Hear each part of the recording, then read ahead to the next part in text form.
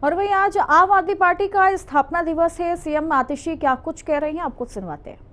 दोस्त, हमारे रिश्तेदार हम पे हंस के कहते थे, तुम लोग राजनीति करोगे, तुम्हारे पास ना मनी पावर है, तुम्हारे पास ना मसल पावर है, ना तुम जात पात की बात करते हो, ना धर्म की बात करते हो।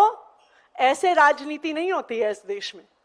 मुझे आज भी याद है, जब दिल्ली के चुनाव लड़ने का समय आया और हमारे मुखिया अरविंद केजरीवाल जी 3 टाइम की मुख्यमंत्री रही शीला दीक्षित जी के सामने जब नई दिल्ली से चुनाव लड़ने गए, तो हमें बहुत लोगों ने कहा कि देखो, अगर अरविंद जी किसी और सीट से लड़े होते तो शायद 1 सीट तो आम आदमी पार्टी की आ गई होती, लेकिन अब अरविंद जी भी शीला दीक्षित जी के सामने लड़ रहे हैं तो आम आदमी पार्टी की 1 भी सीट नहीं आएगी। ये थे 2013 के वो दिन, लेकिन मुझे गर्व है इस बात पे कि इस पार्टी के एक एक कार्यकर्ता ने अपने खून पसीने से, अपनी मेहनत से इस पार्टी को खड़ा किया। ना सिर्फ 2013 में हमारी सरकार बनी, 49 दिन की उस सरकार को देश भर में पहचाना गया। और जब भारतीय जनता पार्टी ने षड्यंत्र करके चुनाव रोक दिया, तो इन्हीं कार्यकर्ताओं के दम पे जब 2015 में हमने दिल्ली में चुनाव लड़ा, तो आम आदमी की ताकत को दिल्ली के लोगों ने और हमारे कार्यकर्ताओं ने देश भर को दिखा दिया और 70 में से 67 सीटों के साथ आम आदमी पार्टी की सरकार बनाई। अरविंद केजरीवाल जी को दिल्ली का मुख्यमंत्री बनाया। इसी सब से बौखला गई ये दूसरी पार्टियां।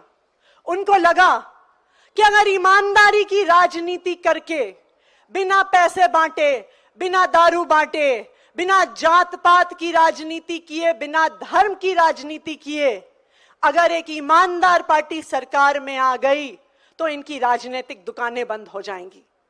फरवरी 2015 में हमारी सरकार बनी और मई 2015 में भारतीय जनता पार्टी की केंद्र सरकार एक गैर कानूनी, गैर संवैधानिक नोटिफिकेशन के माध्यम से दिल्ली की चुनी हुई सरकार की ताकत छीन लेती है।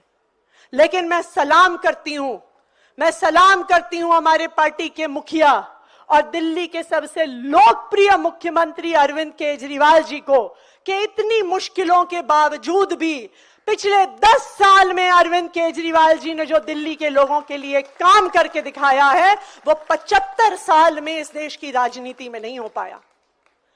2020 में चुनाव आया, एक बार फिर से सब लोगों ने कहा कि अब तो आम आदमी पार्टी खत्म हो गई।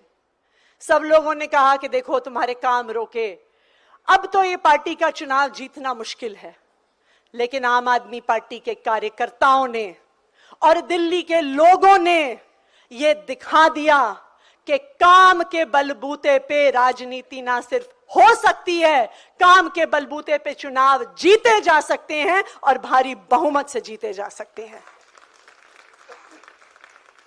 अगर कोई पूछे कि हमने इस 12 साल में क्या पाया, तो ये तो बिल्कुल सही बात है कि हमने इस 12 साल में एमएलए पाए, एमपी पाए, पार्षद पाए, एक राष्ट्रीय पार्टी का दर्जा पाया।